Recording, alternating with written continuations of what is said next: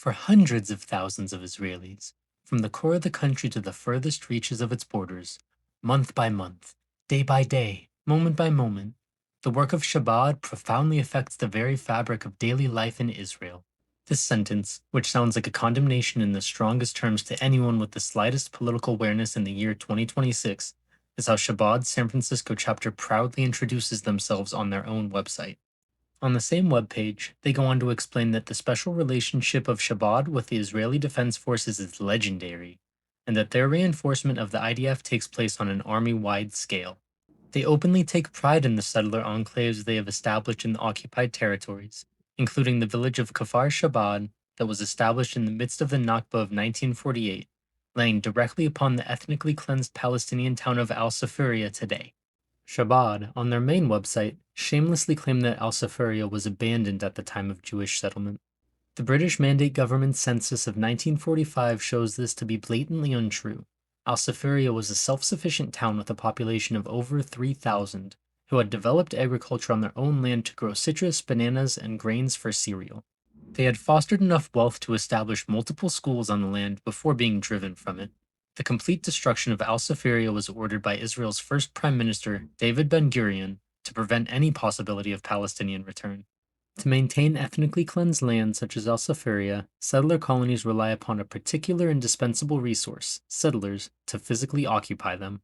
Settler recruitment is Chabad's self-stated origin story and reason for existence.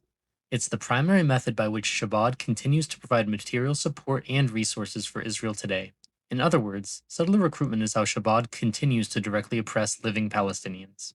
On Chabad San Francisco's own website, they explicitly and accurately connect their historical active involvement in settlement of the Holy Land with the housing, resources, and services they continue to provide for fresh settler recruits.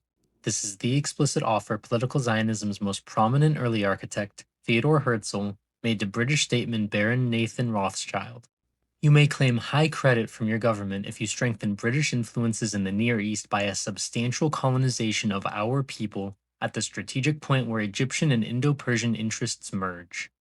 Looking at the endless appeals made by Zionists to powerful states including the Ottoman Empire and Imperial Britain for sponsorship of their colonial project, historian Lefton Stavrianos finds a clear consistency.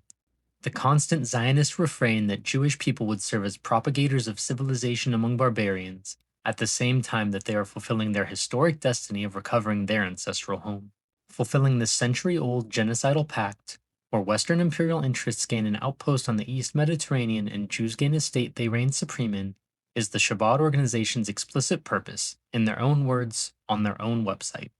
While I have put a spotlight on the San Francisco chapter in particular, Chabad is a global organization hosted by over 100 countries and 5,000 cities. They explicitly position themselves as an active agent in populating, occupying, and defending territories Arabs have been killed on and violently expelled from on behalf of the Jewish supremacist state of Israel.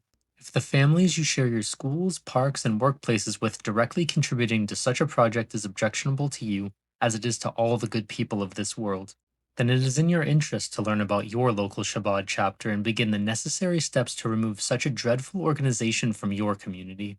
Chabad themselves have done the hard work for us of locating all of their chapters and clearly mapping their connections and contributions to Israel and Israeli institutions including the IDF, so let's not let their efforts go to waste.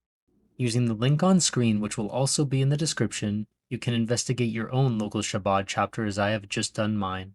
By exposing the genocidal substance of their work and function, we can hope to light a spark within our communities to end settler recruitment and complicity.